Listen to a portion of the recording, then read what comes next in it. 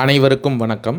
மிக துல்லியமாக கணிக்கப்பட்ட ராசி பலன்களை காண ஆன்மீகம் இன்ஃபோ தமிழ் சேனலை சப்ஸ்கிரைப் செய்து வைத்துக் கொள்ளுங்கள். இப்போ வாங்க, பிறக்கப் போகின்ற மாசி மாதம் ஒரு அற்புதமான மாதம். இந்த அற்புதமான மாதத்தில் உங்கள் ராசிக்கு எந்த மாதிரியான பலன்கள் கிடைக்கும், உங்களது குடும்பம் எப்படி இருக்கும், திருமண முயற்சிகள் சாதகமாக முடியுமா, குழந்தை பாக்கியம் கிடைக்குமா, உத்தியோகத்தில் இருக்கின்ற பிரச்சனைகள் குறையுமா, தொழில் வியாபாரத்தில் லாபம் உண்டாகுமா, உங்களது கடன் பிரச்சனை தீருமா என்ற முழுமையான விளக்கத்துடன் இந்த காணொளியில் தெளிவாக பார்க்கலாம். அதற்கு முன்னாடி மாசி மாதம் 1ஆம் தேதி உங்கள் ராசிக்கு கிரக நிலைகள் எப்படி இருக்குது அப்படின்னு பார்த்துக்கிட்டோன்னா, சுகஸ்தானத்தில் சனி பகவானும் சூரிய பகவானும் புதன் பகவானும், பஞ்சமஸ்தானத்தில் சுக்கிர பகவானும் ராகு பகவானும், கலத்திரஸ்தானத்தில் குரு பகவானும், அஷ்டமஸ்தானத்தில் செவ்வாய் பகவானும், லாபஸ்தானத்தில் கேது பகவானும் சஞ்சரித்து வருகின்றனர். மற்றும் இந்த மாதத்தில் கிரக மாற்றங்கள் அப்படின்னு பார்த்துக்கிட்டோன்னா, மாசி மாதம் 9ஆம் தேதி செவ்வாய் பகவான் வக்ர நிவர்த்தி அடைகிறார். மற்றும் அதனைத் தொடர்ந்து மாசி மாதம் 14ஆம் தேதி புதன் பகவான் மீன ராசிக்கு பெயர்ச்சி அடைகிறார். அதனைத் தொடர்ந்து மாசி மாதம் 20ஆம் தேதி சுக்கிர பகவான் வக்ரம் அடைகிறார். மற்றும் அதனைத் தொடர்ந்து மாசி மாதம் 25ஆம் தேதி புதன் பகவானும் வக்ரம் அடைகிறார்.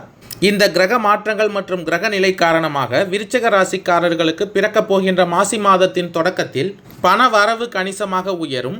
புதிய ஆடை ஆபரணங்கள் சேரும். சுகஸ்தானத்தில் சனி சூரியன் புதன் பகவானின் சேர்க்கையால் மனதில் தன்னம்பிக்கை அதிகரிக்கும்.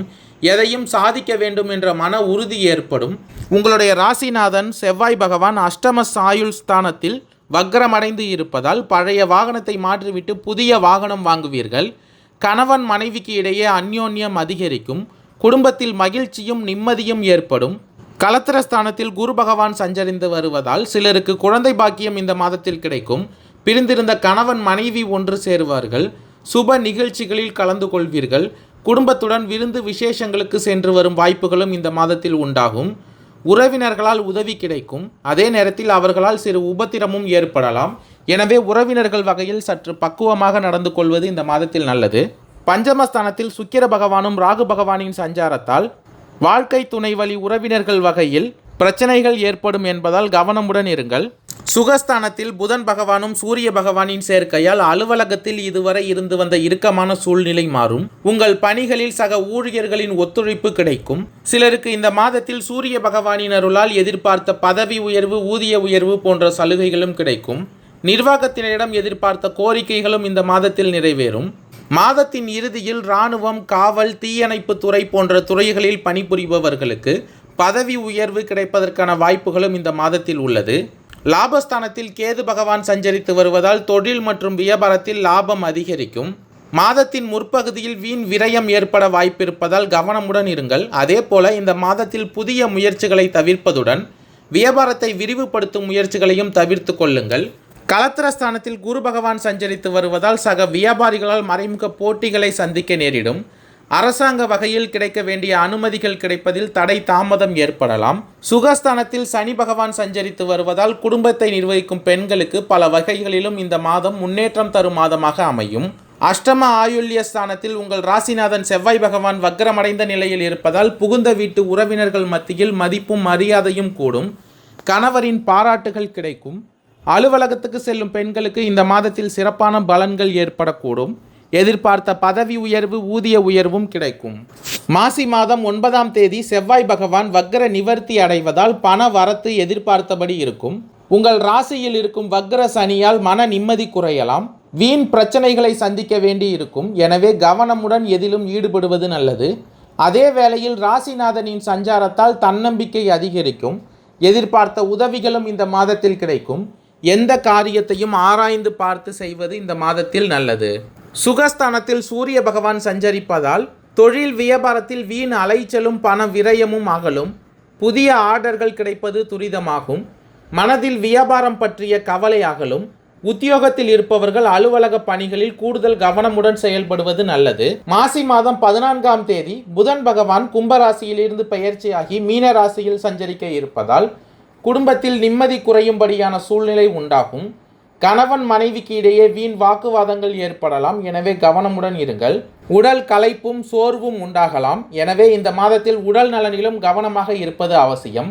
பெண்களுக்கு இந்த மாதத்தில் எந்த காரியத்தில் ஈடுபடும் போதும் யோசித்து செயல்படுவது நல்லது. வீண் அலைச்சலும் ஏற்படலாம், செலவும் அதிகரிக்கும். மாசி மாதம் 20ஆம் தேதி சுக்கிர பகவான் வக்ரமடைய இருப்பதால் கலைத்துறையினருக்கு பிரச்சனை குறையும். பேசி எடுக்கும் முடிவுகள் நன்மை தருவதாக அமையும். அடுத்தவர்களுக்காக எந்த பொறுப்பையும் ஏற்காமல் இருப்பது நல்லது. இந்த மாதத்தில் வழக்கத்தை விட கூடுதலாக உழைக்க வேண்டி இருக்கும். பொருள் வரத்து கூடும். பயணம் செல்ல நேரலாம். மாசி மாதம் 25ஆம் தேதி புதன் பகவான் வக்ரமடைய இருப்பதால் புதிய முயற்சிகளை தள்ளி போடுவது நல்லது. காரிய அனுகூலம் ஏற்படும். உணர்ச்சிகரமாக பேசி மற்றவர்களை கவர்வீர்கள். எல்லாவற்றிலும் எதிர்பார்த்த நன்மை உண்டாகும். பண வரத்தும் நீங்கள் எதிர்பார்த்தபடி அதிகரிக்கும். விசாகம் 4ஆம் பாத நட்சத்திரக்காரர்களுக்கு பிறக்கப் போகின்ற மாசி மாதம் யோகமான மாதமாக அமையப் போகிறது. குரு பகவான் சப்தமஸ்தானத்தில் சஞ்சரித்து உங்கள் ராசியை பார்ப்பதால் உங்களுடைய செல்வாக்கு உயரும். நினைத்த வேலை நடக்கும். குடும்பத்தில் இருந்த சங்கடங்கள் விலகும். தொழிலில் முன்னேற்றம் அடைவீர்கள். திருமண வயதினருக்கு வரன் தேடி வரும். வாழ்க்கை துணையை இழந்தவர்களுக்கு மறுமணத்திற்கு உரிய நிலை அமையும். இந்த மாதத்தில் உங்களுடைய தைரியமும் தன்னம்பிக்கையும் அதிகரிக்கும். சுய தொழில் செய்து வருபவர்களுக்கு நல்ல நிலை கைகூடும். ஒத்துழைப்பு கிடைக்கும். மாதம் முழுவதும் சுக்கிர பகவான் உங்களுக்கு சாதகமாக சஞ்சரிப்பதால் பொன்பொருள் சேர்க்கை உண்டாகும். உத்தியோகத்தில் இருப்பவர்களுக்கு எதிர்பார்ப்பு பூர்த்தியாகும். புதிய சொத்து சேரும். ஒரு சிலர் பழைய வாகனத்தை விற்றுவிட்டு புதிய வாகனம் வாங்குவீர்கள். வெளியூர் பயணம் நன்மையில் முடியும். தெய்வ வேண்டுதல்களை நிறைவேற்றி முடிப்பீர்கள். பெரியோர்களின் ஆதரவு இந்த மாதத்தில் கிடைக்கும். ராசிநாதன் செவ்வாய் பகவான் அஷ்டமஸ்தானத்தில் சஞ்சரிப்பதால் எதிலும் இந்த மாதத்தில் நிதானமாக செயல்படுவது அவசியம். அனுஷம் நட்சத்திரக்காரர்களுக்கு பிறக்கப் போகின்ற மாசி மாதம் அதிர்ஷ்டமான மாதமாக அமையப் போகிறது. இதுவரை இருந்து வந்த நெருக்கடிகள் ஒவ்வொன்றாக விலக ஆரம்பிக்கும். உங்கள் வாழ்க்கையில் புதிய பாதை தெரியும். இழுபறியாக இருந்த வேலை முடியும். எதிர்பார்த்த பணம் வரும். உடல் நிலையில் இருந்த பாதிப்புகள் ஒவ்வொன்றாக விலகும். தொழிலில் எதிர்பார்த்த லாபம் கிடைக்கும். ஒரு சிலருக்கு புதிய சொத்து சேரும். கடனாக கேட்ட பணம் கிடைக்கும். புதிய தொழில் தொடங்கும் முயற்சி வெற்றியாகும். வெளிநாட்டு முயற்சிகள் சாதகமாகும். உங்களை நெருக்கடிக்கு ஆளாகிய விவகாரம் முடிவிற்கு வரும். பணப்புழக்கம் அதிகரிக்கும். இந்த காலத்தில் மிகவும் கவனமாக செயல்படுவது நன்மை தருவதாக அமையும். குலதெய்வ கோவிலுக்கு சென்று வர முடிவெடுப்பீர்கள். கேட்டை நட்சத்திரக்காரர்களுக்கு பிறக்கப் போகின்ற மாசி மாதம் முன்னேற்றமான மாதமாக அமையப் போகிறது. திட்டமிட்டிருந்த வேலைகள் ஒவ்வொன்றாக நடத்தி முடிப்பீர்கள். உங்களுடைய நட்சத்திரநாதனின் சாதகமாக சஞ்சரிப்பதால் புத்திசாலித்தனத்துடன் செயல்படுவீர்கள். தடைப்பட்ட வேலைகளை நடத்தி லாபம் காண்பீர்கள். ஒரு சிலருக்கு புதிய சொத்து சேரும். சனி பகவான் சுகஸ்தானத்தில் சஞ்சரித்து ராசியை பார்த்தாலும் அவருடைய 3ஆம் பார்வை 6ஆம் இடத்தை பார்ப்பதால் உடல் நிலையில் இருந்த சங்கடங்கள் விலகும். தொழிலில் ஏற்பட்ட நெருக்கடிகள் நீங்கும். வழக்கு விவகாரங்கள் சாதகமாகும். உங்கள் ராசிக்கு லாபஸ்தானத்தில் கேது பகவான் சஞ்சரிப்பதுடன் குரு பகவானின் பார்வையும் அங்கு உண்டாவதால் வரவு அதிகரிக்கும். இதுவரை இருந்த போராட்டம் முடிவிற்கு வரும். வியாபாரிகளின் நிலை முன்னேற்றம் அடையும். அலுவலக பணிகளில் இருப்பவர்களுக்கு எதிர்பார்த்த இடமாற்றமும் பதவி உயர்வும் இந்த மாதத்தில் கிடைக்கும். குடும்பத்தில் இருந்த நெருக்கடிகள் விலக ஆரம்பிக்கும். நன்றி, வணக்கம்.